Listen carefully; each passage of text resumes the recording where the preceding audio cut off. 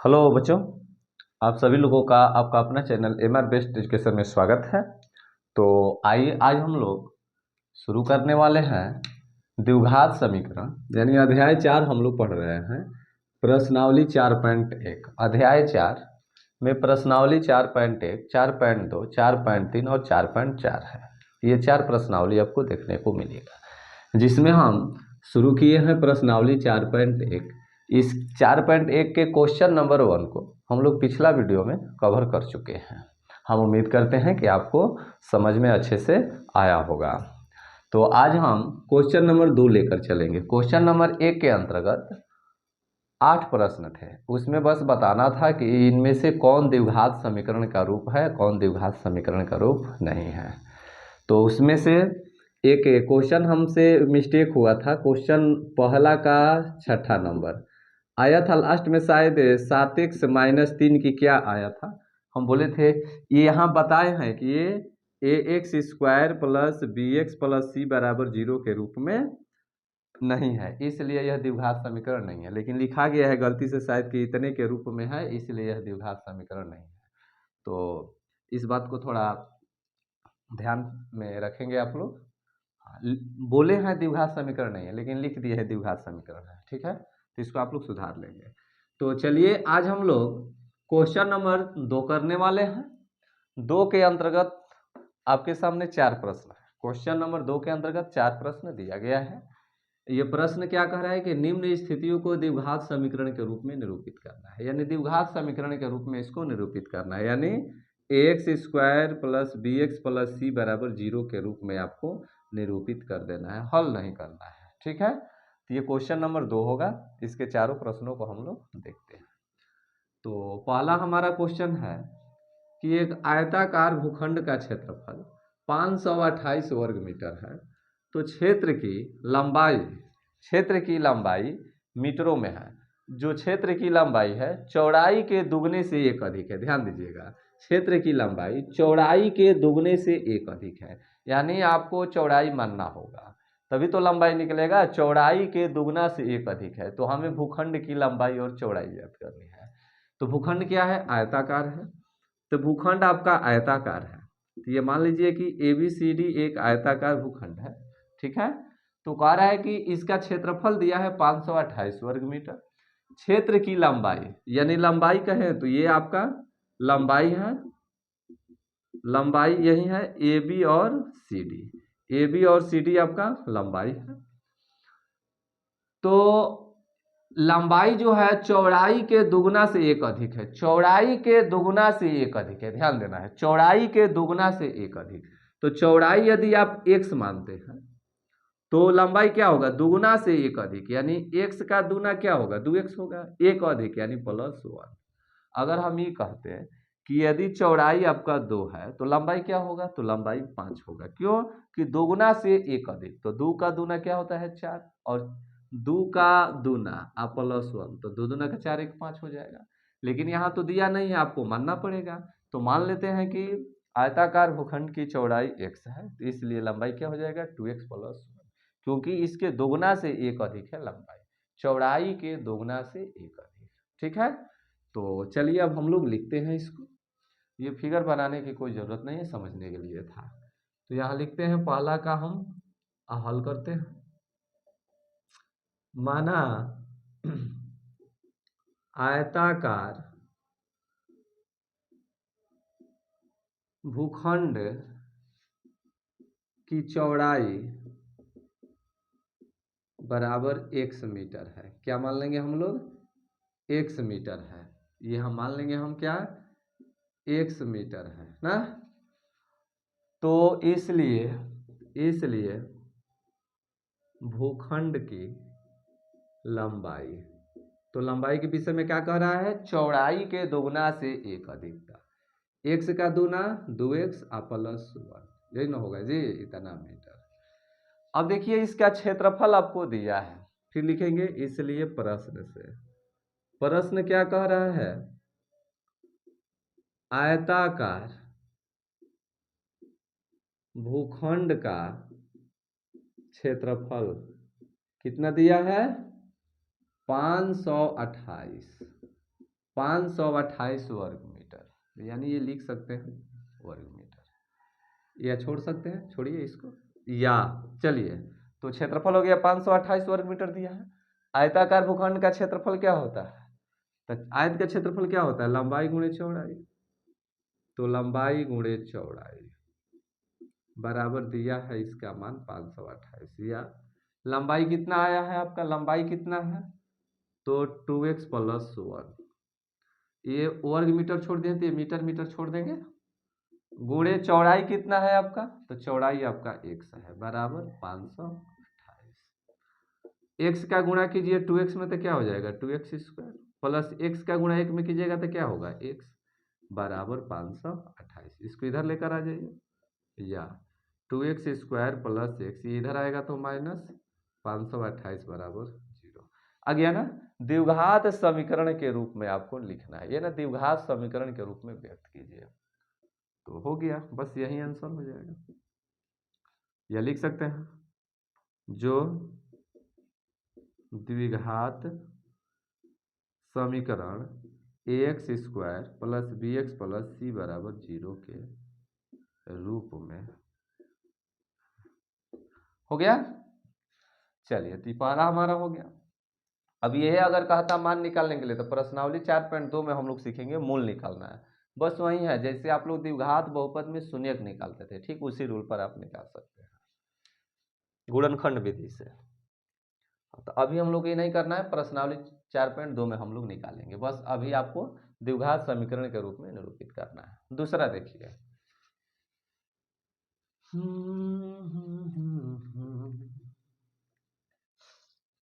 देखिए दूसरा जो है, दो क्रमागत धनात्मक पूर्णांकों का गुणनफल 306 है। तो दो क्रमागत, क्रमागत का मतलब लगातार, तो मान लेते हैं यहां, माना पहला क्रमागत धनात्मक पूर्णांक बराबर x है, इसलिए दूसरा, इसलिए नहीं तथा दूसरा क्रमागत धनात्मक पूर्णांक, यदि मान लेते हैं कि पहला 5 है तो दूसरा 6 होगा, पहला 4 है तो दूसरा 5 होगा, पहला 1 है तो दूसरा 2 होगा, यानी लगातार का मतलब ये ना होता है, तो ये x है तो इसमें x + 1 कर देंगे, ठीक है, x + 1। अब लिखेंगे इसलिए प्रश्न से क्या कह रहा है, दो क्रमागत धनात्मक पूर्णांकों का गुणनफल 306 है, तो गुणनफल, इसका गुणनफल दिया है x × x + 1, गुणनफल यानी गुणा है यहाँ, इसका गुणनफल दिया है 306, या कीजिए x में गुणा कीजिए तो x², x में 1 ले करेंगे तो x बराबर 306, इधर लेकर आ जाइए, x² + x - 306 बराबर 0। गलत हो गया, कहाँ गलत हो गया जी, क्वेश्चन गलत है, एक मिनट देख लेते हैं ना, ठीक तो है, ठीक है यही होगा, लिख देंगे अतः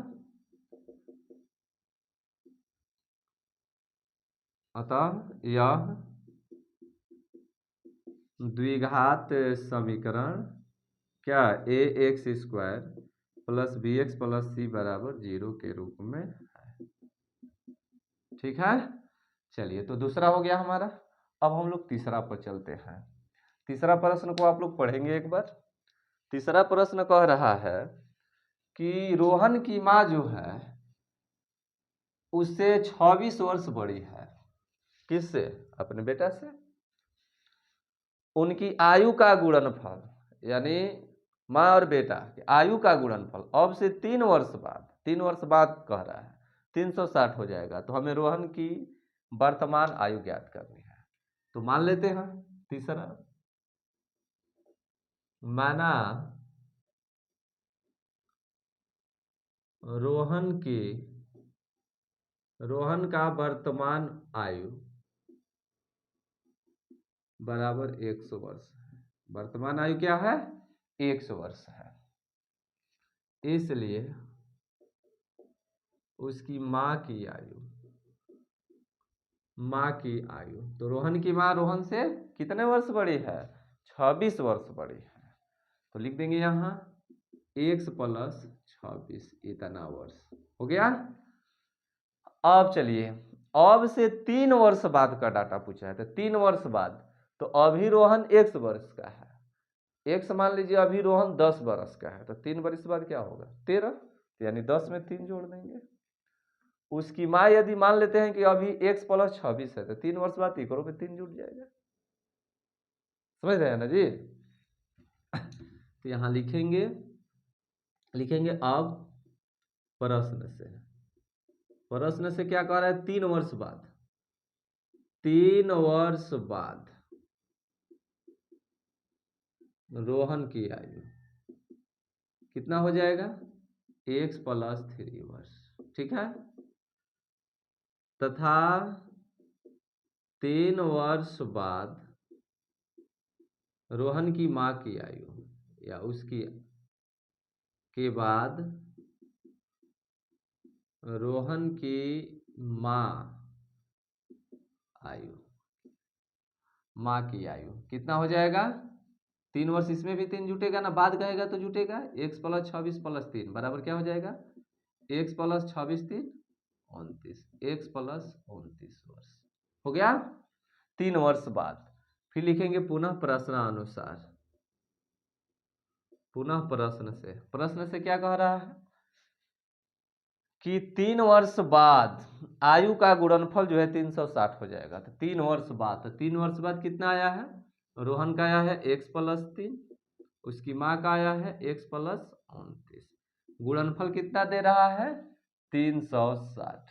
हल कर दीजिए, x को उठाइए, दोनों में गुणा कीजिए, तो x में गुणा होगा तो x², x का गुणा 29 में कीजिएगा तो 29x हो जाएगा ना, 29x प्लस 3 का गुणा x में कीजिए तो 3x, 3 का गुणा 29 में कीजिए तो 87 हो जाएगा, 3 × 27, 3 दूना का 6, 6 2 8 बराबर 360, या x² 29x और 3x क्या हो जाता है 32x प्लस 87 बराबर 360, या x² plus 32x plus 87 plus इधर आएगा तो -360 बराबर 0।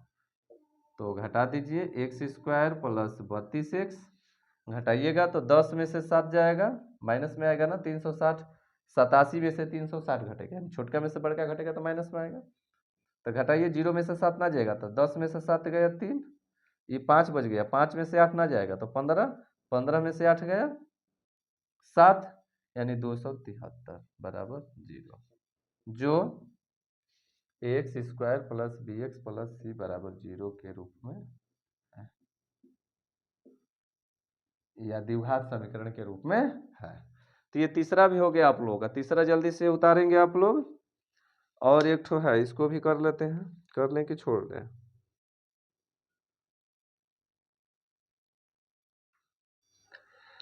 तो चलिए चौथा भी देख लीजिए, ठीक है। चौथा क्वेश्चन है आपका, एक रेलगाड़ी 480 किलोमीटर की दूरी समान चाल से तय करती है, ठीक है। यदि इसकी चाल 8 किलोमीटर प्रति घंटा कम होती तो वह उस दूरी को तय करने में 3 घंटे अधिक समय लेती है, तो हमें रेलगाड़ी की चाल ज्ञात करनी है। तो सबसे पहले हम मान लेते हैं, ध्यान से देखेंगे थोड़ा, मान लेते हैं माना रेलगाड़ी की चाल 1 किलोमीटर प्रति घंटा है। 1 किलोमीटर प्रति घंटा का मतलब कि 1 घंटा में 1 किलोमीटर की दूरी तय कर रही है, ठीक है रेलगाड़ी। अब देखिए प्रश्न की सहायता से आप आगे बढ़िए, कह रहा है कि एक रेलगाड़ी 480 किलोमीटर की दूरी, यानी दूरी दिया है, कुल दूरी दिया है, कितना दिया है, कुल दूरी दिया है आपका 480 किलोमीटर, ठीक है। तो एक समान चाल से तय करती है, यदि इसकी चाल 8 किलोमीटर प्रति घंटा कम होती तो वह उस दूरी को तय करने में 3 घंटे अधिक समय लेती है। ध्यान से यहीं पर समझना है, यानी 480 किलोमीटर की दूरी जिस समान चाल से चल रही है, यदि इसके चाल को 8 किलोमीटर प्रति घंटा यदि आप कम कर दीजिए तो जितना समय इसमें ले रही है उससे 3 घंटा अधिक समय लेगी। कब? जब 8 किलोमीटर प्रति घंटा उसका रफ्तार कम कर देंगे तब। तो दो कंडीशन आपके सामने है, एक है आपका चाल x किलोमीटर प्रति घंटा से है तो कुल दूरी इतना है, तो यहाँ लिख देंगे इसलिए 480 किलोमीटर की दूरी तय करने में लगा समय। तो समय बराबर क्या होता है? दूरी बटा में चाल। समय बराबर सूत्र क्या होता है? दूरी बटा में चाल। तो दूरी आपका कितना है? 480 किलोमीटर और चाल कितना माने हैं? 1 किलोमीटर। तो ये आपका हो गया किलोमीटर प्रति घंटा। ठीक है। अब चलिए अब दूसरा कंडीशन में चलते हैं। अब लिखेंगे चूंकि चाल को कितना कम करना है? 8 किलोमीटर प्रति घंटा कम करना है, तो यहां लिखेंगे हम क्या लिखेंगे? यदि रेलगाड़ी की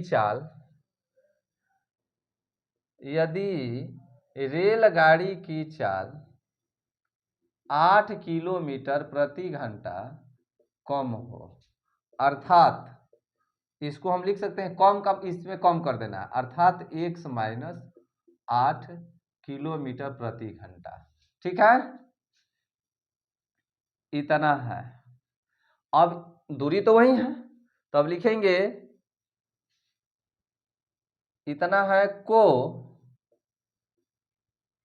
दूरी तय करने में 480 किलोमीटर की दूरी, ये लिखिए यहां लिखेंगे, इसलिए 480 किलोमीटर की दूरी तय करने में लगा समय। तो समय बराबर वही सूत्र होगा दूरी बटा में चाल। तो दूरी आपका क्या है? दूरी तो वही है 480। अब यहाँ चाल को क्या कर देना है? कम, x माइनस 8, इतना किलोमीटर प्रति घंटा। अब लिखेंगे प्रश्न से।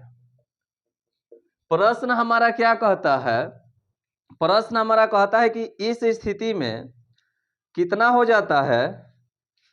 एक मिनट, ये घंटा होगा ना जी, एक मिनट, ये घंटा समय है ना जी, तो ये घंटा होगा, इतने घंटे। ठीक है। अब देखिए यहां प्रश्न से कहता है कि इस स्थिति से चल रहा है, ठीक है, लेकिन जब इसके चाल को इतना 8 किलोमीटर प्रति घंटा कम करेंगे तो इससे 3 घंटा ये अधिक समय लेगा। तो 3 घंटा अधिक समय कौन लेगा? ये लेगा ना। तो 480 बटा में x माइनस 8 माइनस करेंगे इसको 480 बटा में x, कितना घंटा? तो 3 घंटा अधिक। अब आप इसको हल कर देंगे, या करके आप इसको लेकर चलेंगे तो इसका एलसीएम लीजिएगा आप, तो x माइनस 8 इंटू एक्स होगा, इसका भागा इसमें करेंगे तो ये कट जाएगा आपका, तो x बचेगा, x में 480 से गुणा कीजिएगा तो 480 x हो जाएगा, माइनस इसमें चलेंगे तो x कट जाएगा आपका, x माइनस 8 यानी 480 इंटू एक्स माइनस 8 बराबर आपका क्या हो जाएगा? 3 हो जाएगा। ठीक है ना। या इसमें यदि हम चलते हैं इसके बटा में 1 मान लीजिए, तिरछा तिरछी गुणा भी कर देंगे यहीं पर, इसका गुणा इसमें करेंगे तो यहीं आएगा, तो लिख दीजिए ये 480x माइनस ये 480 का गुणा x में करेंगे तो माइनस 480x और माइनस माइनस प्लस, ये गुणा करेंगे तो 0 अठठाई 64 और 8 चौका 32 6 3840 हो गया, बराबर इसका इसमें गुणा करेंगे। देखिए 3 का भी गुणा करना है, तो 3 का गुणा x में करेंगे तो 3x, 3x का गुणा इसमें कर दीजिए, तो 3x का गुणा x में कीजिएगा तो क्या होगा? 3x का गुणा x में कीजिएगा तो 3x स्क्वायर हो जाएगा, और 3x का गुणा 8 में कीजिएगा तो माइनस 24x होगा ना, माइनस 24x। यहाँ देखिए ये 480x 480x कट जाएगा, ये बच गया 3x स्क्वायर, तो यहाँ लिख दिए। देखिए अच्छा यही चीज हुई है यहाँ, देखिए ये 3840 यहाँ रहने दीजिए, ये 3840 यहाँ है, 3x स्क्वायर माइनस 24x, ये जस का तस उतर गया। अब इन दोनों को या इसको उधर लेकर चले जाइए, तो ये 3x स्क्वायर माइनस 24x, ये उधर जाएगा तो माइनस 3840 हो जाएगा, बराबर 0। अब इसमें ये आपका आंसर हो गया। इसमें 3 से सबसे भागा कर देंगे और छोटा हो जाएगा। 3 से करेंगे तो एक्स स्क्वायर, ये 3 आठ 24 हो जाएगा, ये माइनस 3 एकम 3, 3 दूना का 6, 3 आठ 24, जीरो उतर जाएगा। ये आपका हो गया द्विघात समीकरण के रूप में। तो ये आपका प्रश्नावली 4.1 आज समाप्त होता है। अब हम अगले दिन से शुरू करेंगे प्रश्नावली 4.2। ठीक है, धन्यवाद।